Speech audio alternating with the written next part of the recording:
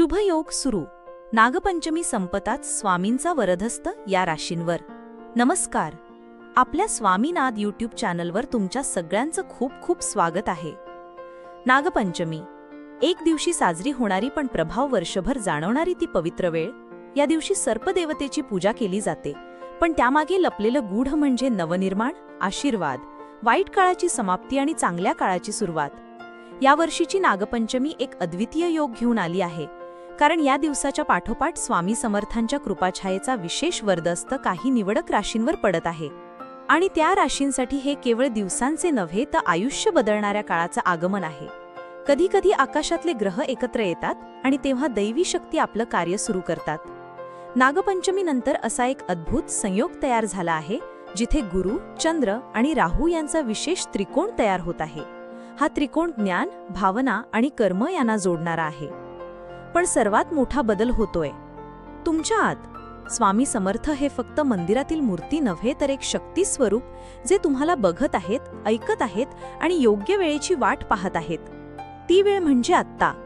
आता पाहूया त्या 5 राशी ज्यांच्यावर स्वामी समर्थांचा वरदहस्त नागपंचमीनंतर पडणार आहे.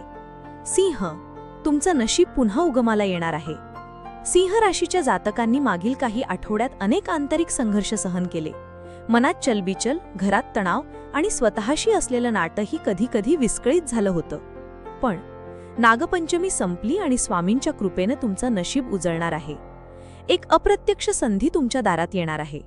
कदाचित एखादी नवीन जबाबदारी ज्याची तुम्ही खूप वेळ वाट पाहत होता. तुमचा स्वाभिमान परत येणार आहे. तुम्ही जे गमावलं होतं ते आता नव्याने गवसणार आहे. तूळ, संतुलन मिळणार, आयुष्य फुलणार. तूळ राशीच्या लोकांनी बऱ्याच दिवसांपासून स्वतःच्या भावना दाबल्या. आपण सर्वांसाठी करत राहिलो पण स्वतःला वेळ दिलाच नाही. मनात अनेक प्रश्न, पण आज उत्तरांची वेळ आलीय. नागपंचमीच्या दिवशी तुमच्या आयुष्यातला एक भावनिक वळण पूर्ण झालं आणि आता सुरू होणार आहे एक शुद्ध सुरुवात. स्वामी तुमचं मन, शरीर आणि आत्मा तिन्हींचं संतुलन परत करत आहेत. एक नवीन नातं किंवा जुनं नातं नव्याने फुलण्याची शक्यता आहे. आर्थिकदृष्ट्या एक सकारात्मक वळण येणार आहे. वृश्चिक, दुःखाचा अंत, स्वाभिमानाचा आरंभ. वृश्चिक राशीच्या लोकांसाठी मागील काही महिने अत्यंत अवघड होते. अनेकदा प्रेमात दगाफटका, कामात अपयश आणि जवळच्यांचं दुर्लक्ष यामुळे मन पोखरलं गेलं होतं. पण हे सर्व संपणार आहे. नागपंचमी संपल्यावर स्वामी समर्थ तुमच्या आयुष्यात नवचैतन्य घेऊन येणार आहेत. जे तुमच्यापासून दूर गेले त्यांच्याशी संबंध पुन्हा जुळण्याची शक्यता आहे. कामाच्या ठिकाणी एका मोठ्या व्यक्तीचं पाठबळ मिळू शकतं, जे तुमचं जीवन स्थिर करेल. मीन, हृदयाला शांती, कर्माला दिशा. मीन राशीच्या लोकांना नेहमीच भावना जास्त असतात. त्यांचं मन पाण्यागत, कधी गहिरा कधी उसळणारं.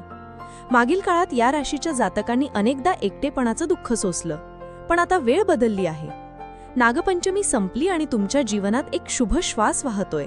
एखादी जुनी अपूर्ण इच्छा पूर्ण होऊ शकते. एखादी प्रार्थना जी तुम्ही वर्षानुवर्ष करत होतात ती ऐकली गेली आहे. मकर, कष्टांचं सोनं होणार. मकर राशीचे लोक खूप काम करतात, पण ते तितकंच सहनही करतात. सततच्या जबाबदाऱ्या, कुटुंबातील आर्थिक भार, मनातल्या स्वप्नांना वेळ न मिळणं हे सगळं आता संपू शकतं. स्वामींची कृपा तुमच्या कर्मावर आहे. नागपंचमीनंतर तुम्हाला एका मोठ्या यशाची चाहूल लागणार आहे. स्वतःचं छोटं व्यवसाय, नवीन प्रोजेक्ट किंवा बढती यापैकी काहीतरी घडणार आहे. हे सगळे इतके अचानक का? कारण स्वामींची कृपा ही संधी नाही, ती एक वेळ असते. ती वेळ येते जेव्हा आपण पूर्णपणे थकतो पण हार मानलेली नसते. नागपंचमी हे एका आध्यात्मिक परिवर्तनाचं दार आहे आणि त्या दारातून आत पाऊल ठेवणार आहेत वरील राशीचे लोक.